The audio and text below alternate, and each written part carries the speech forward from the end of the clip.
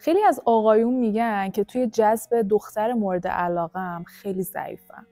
نمیدونم باید یه دختر رو چطوری تحت تاثیر قرار بدم و جذبش کنم. من امروز بهت یاد میدم چطوری هر دختری رو بدون حرف زدن جذب کنی. سلام به روی ماهتون. به کانال روانشناسی با مهتاب خوش اومدید. اگه تازه با کانال من آشنا شدید، با زدن دکمه سابسکرایب از زیر همین ویدیو و فعال کردن زنگوله کنارش به جمع دوستان من اضافه میشید و همیشه خیلی سریع اولین نفر از ویدیوهای جدید من با خبر میشید. ببینید، شما قبل از اینکه بخواید با یه خانم برید سر قرار یا بخواید باهاش سر صحبت رو باز کنید، باید بتونید که اون رو در نگاه اول تحت تاثیر قرار بدید و جذبش کنید که تمایل داشته باشه با شما آشناتر بشه و با شما ارتباط بگیره. من یه سری نکات رو بهت میگم که با انجام دادنشون و رعایت کردنشون میتونی خانم رو در مرحله اول جذب خودت کنی و تحت تاثیر قرارش بدی. پس تا آخر ویدیو همراه من باش که یکی از مهمترین نکات رو توی آخر ویدیو بهت میگم. یه موردی که باید رعایتش کنی متعادل بودن توی رفتارته. مثلا شما از یه خانمی خوشتون میاد توی محیط کارتون یا مثلا توی دانشگاه یا هر جای دیگه، باید سعی کنید که آدم پررویی نباشید یا خیلی آدم خجالتی و کمرو نباشید. سعی کنید متعادل باشید. وقتی خیلی خجالتی هستی، اون خانم احساس میکنه شما آدم ضعیفی هستی و شاید اونقدر به دلش نشینی و جذبت نشه. و یا برعکسش، وقتی خیلی پررو هستی، بازم ممکنه تو چشم یه خانم یه آدم گستاخ باشی که حد و مرز رو رعایت نمی‌کنی. و این هر دوتاش ضعفه توی رفتار شما. پس بهتر یه رفتار متعادل داشته باشید و ادب و احترام رو توی رفتاراتون رعایت کنید و یه حد و مرزی توی رفتار کردن با دیگران برای خودتون قائل باشید تا توی چشم اون خانم جذاب‌تر به نظر برسید.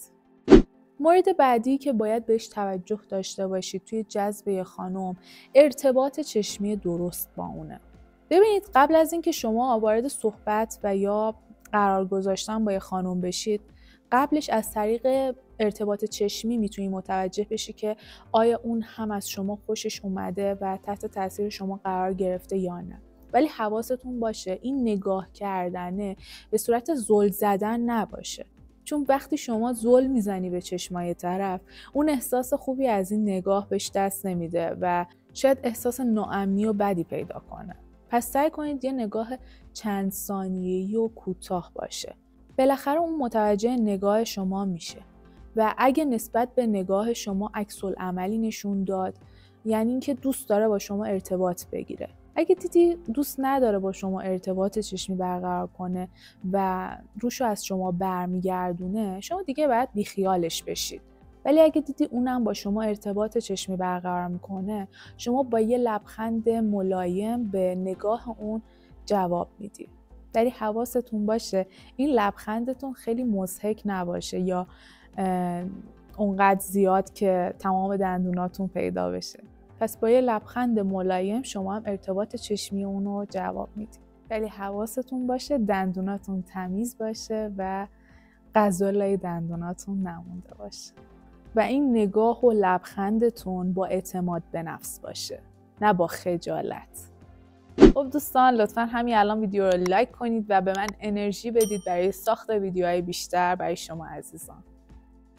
مورد دیگه‌ای که باید بهش دقت داشته باشید، ارتباطات اجتماعی شما و جایگاه شما توی جمعه.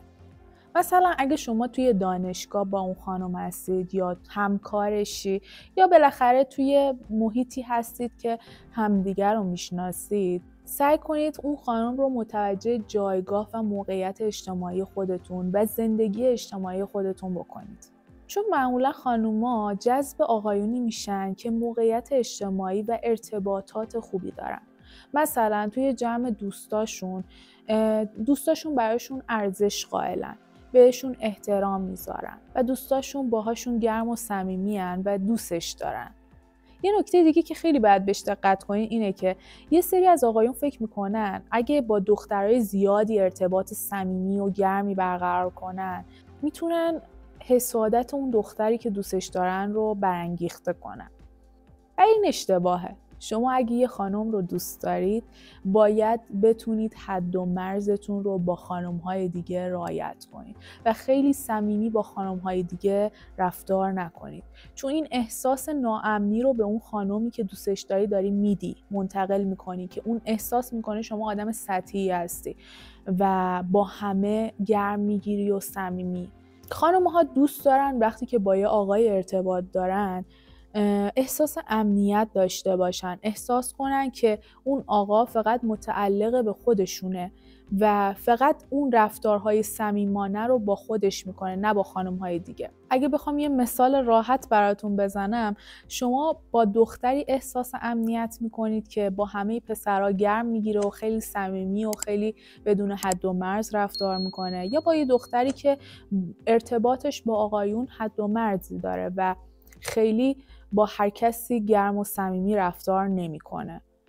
خودتون قضاوت کنید. خب خانم‌ها هم همین حس و نسبت به آقایون دارن. پس اینو مورد توجهتون قرار بدید. مورد بعدی ظاهر و پوشش شماست. ظاهر شما خیلی تاثیر میذاره روی اینکه یه خانم رو جذب خودتون کنید. ببینید خانم‌ها دقت میکنن به ظاهر و پوشش شما. اینکه شما موهاتون رو مرتب کرده باشید، کوتاه کرده باشید، اصلاح کرده باشید، حموم رفته باشید، بوی عرق ندید، مثلا از یه اتکلون خیلی خوشبو استفاده کرده باشید، دندوناتون مسواک زده باشه و در کل نظافت شخصی خودتون رو رعایت کرده باشید. و اینکه دقت کنید که اون خانومی که ازش خوشتون میاد و میخواید جذبش کنید چه پوششی داره، چه سبک استایلی داره. شما هم سعی کنید یه استایل و پوششی نزدیک به اون رو انتخاب کنید و یا یه جزئیاتی توی پوششتون رو شبیه به اون کنید که اون ازتون خوشش بیاد. مثلا اگه اون خانومیه که یه لباس و یا استایل رسمی طوری داره، شما هم مثلا باید یه تیپ و استایلی بزنی که رسمی طور باشه که به دل اون بشینه، یا مثلا اون تیپ و استایلش اسپورت، لشه یا هر چیز دیگه. شما هم باید شبیه اون تقریبا پوششتون رو در بیارید که به دلش بشینه. خب اون استایل اونجوری رو میپسنده و شاید از استایل شما خوشش اصلا نیاد.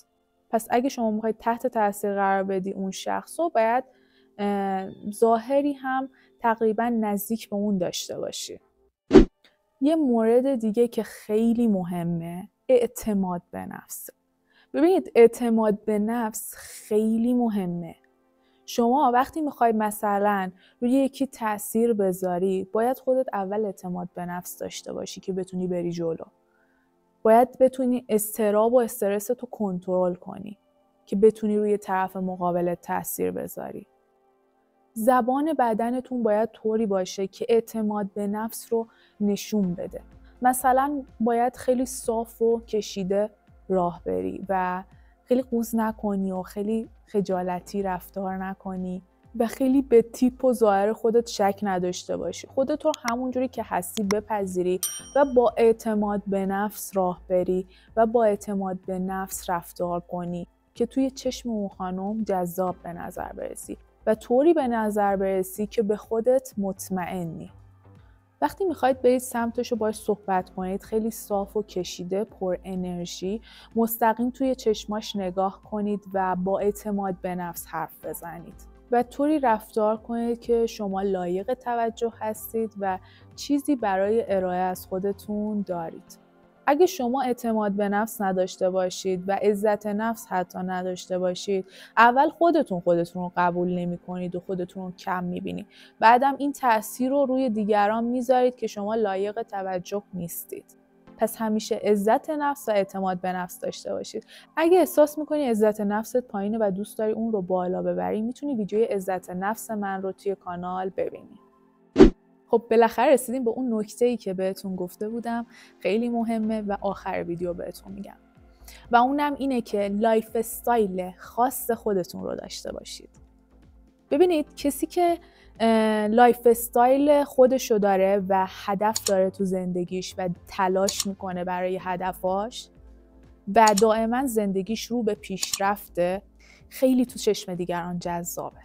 مردی که هدف داره و برای ساختن زندگیشو یه آینده خوب داره تلاش میکنه و تمام توانشو میذاره، تو چشم خانوما جذابتر از مردیه که بیکاره، هیچ هدفی نداره، هیچ انگیزه‌ای نداره و تلاشی نمیکنه برای زندگیش. خیلی از شما میایید کامنت میذارید که آره دخترها همه دنبال پولن و اگه من پول نداشته باشم کی به من نگاه میکنه، یا از این حرفا. ببینید همه آدما مثل هم نیستن و همه آدما مثل هم فکر نمی‌کنن. خب یه سری از دخترها هستن مثل یک سری از پسرها که فقط دنبال پولن، که اون قضیهشون فرق میکنه و هدف اون افراد فرق میکنه. خب هر کسی یه دیدگاهی در مورد انتخاب طرف مقابلش داره. ولی خیلی از خانم ها هم هستن که فقط به پول شما نگاه نمی کنن، بلکه به جنم و جسارت شما نگاه میکنن. میبینن که چقدر جسارت دارید و چقدر تلاش میکنید برای ساختن یه زندگی خوب و حاضرن اگه شما پول آنچنانی نداشته باشی ولی میبینن واقعا داری تلاش میکنی برای زندگیت که یه زندگی نرمال بسازی، حاضرن کنارت باشن و حتی بعضی از این خانم ها پا به پا تلاش میکنن و با هم یه زندگی رو میسازن.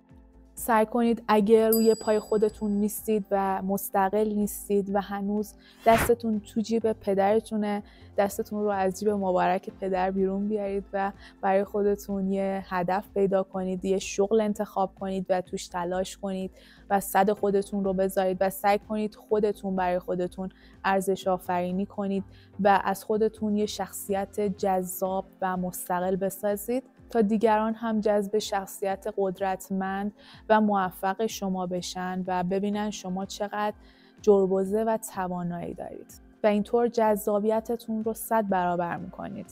و کسی که به شما نزدیک میشه و جذب شما میشه، جذب توانایی ها و شخصیت خوب و مستقل شما میشه، نه جذب پول و موقعیت شما.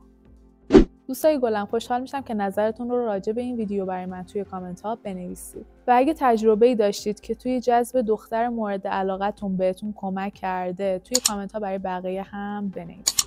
لطفاً ویدیو رو برای دوستانتون هم بفرستید و لایک و سابسکرایب رو فراموش نکنید. مرسی از نگاه مهربونتون. خدا نگهدارتون.